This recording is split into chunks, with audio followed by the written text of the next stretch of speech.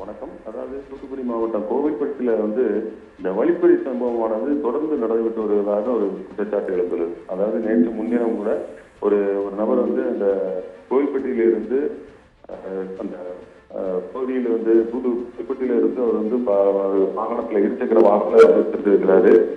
அந்த பகுதியில ஒரு பஸ் ஸ்டாப்ல ஒரு பகுதி அந்த ஒரு பஸ்ல நின்று முன்னால போற பஸ்ல என்னுடைய நண்பர் ஒருத்தர் போறாரு.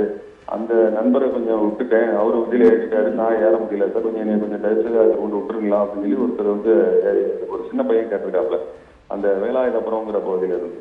அப்போ அந்த அந்த நபர் அந்த பைக்ல வந்த நபர் உதவி செய்கிற நோக்கத்தோட அந்த தம்பியை பின்னால ஏற்றிக்கிட்டு கொஞ்சம் அவசரமா அந்த பஸ்ஸை பிடிக்கிறதுக்காக அவசரமா போயிருக்காரு.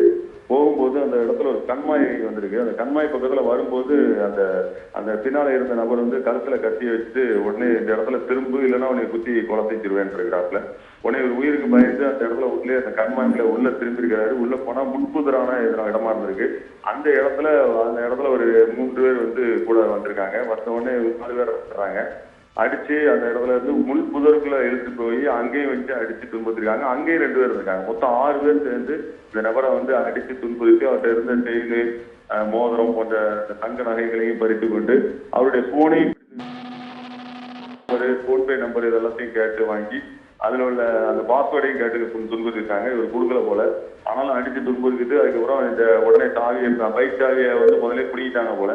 திரும்பவுமாக அடிச்சு துன்புறுத்திட்டு அவரை அந்த போன்பே நம்பரை கொடுக்காதனால அவரை திரும்பவும் அடிச்சு துன்புறுத்தி திரும்ப அவர்கிட்ட திரும்ப அந்த பைக் சாவியை கொடுத்து திரும்பி பார்க்காம போயிடணும், நீ யாருக்கிட்ட இதை சொன்னா நாங்க எல்லாம் வீடியோ எடுத்திருக்கிறோம், உன்னைய பண்ணது எல்லாத்தையும் நாங்க அதை வெளியிட்டு உன்னைய அவமானப்படுத்துவோம் அப்படிங்கிற மாதிரி சொல்லி மிரட்டி அனுப்பியிருக்கிறாங்க. அந்த இடத்துல அடிச்சு அவருடைய உடம்புல உள்ள அந்த ட்ரெஸ் எல்லாம் கலத்தி அவரை ரொம்ப வன்மையாக கொடுமை பண்ணியிருக்கிறாங்க. அது நேரடியாக இங்க மருத்துவமனையில கோவில்பட்டி மருத்துவமனையில அட்மிட் ஆகி இப்போ தூத்துக்குடி மாவட்டம் கோவில்பட்டி கிழக்கு காவல் நிலையத்தில் இது குறித்து வழக்கு பதிவு செய்து விசாரணை மேற்கொண்டு வருகின்றன. இது போன்ற இது ஒரு மாதத்திற்கு முன்பும் ஒரு திமுக பிரமுகரும் அந்த இடத்துல இதே போல மாட்டியிருக்கிறாரு.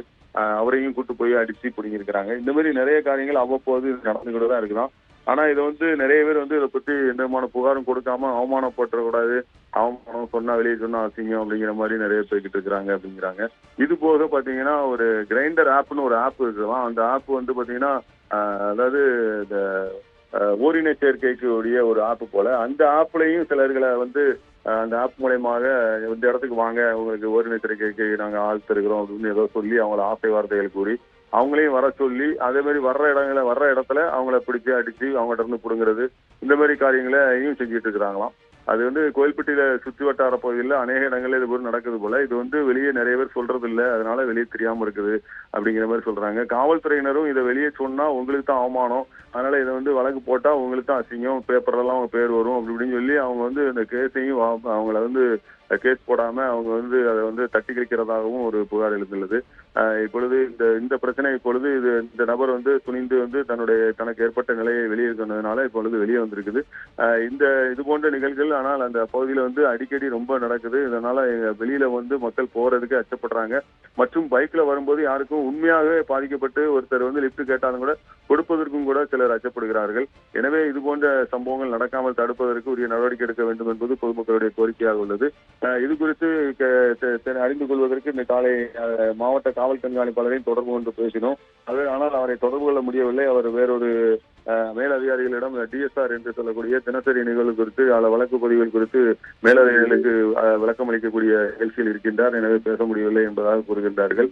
இதற்கு தனிப்படைகள் அமைத்து இது உடனடியாக கஞ்சா போன்ற போதை வஸ்துகள் கடத்தும் கும்பல்கள் தான் இது போன்ற நிகழ்வுகளையும் செய்கின்றது.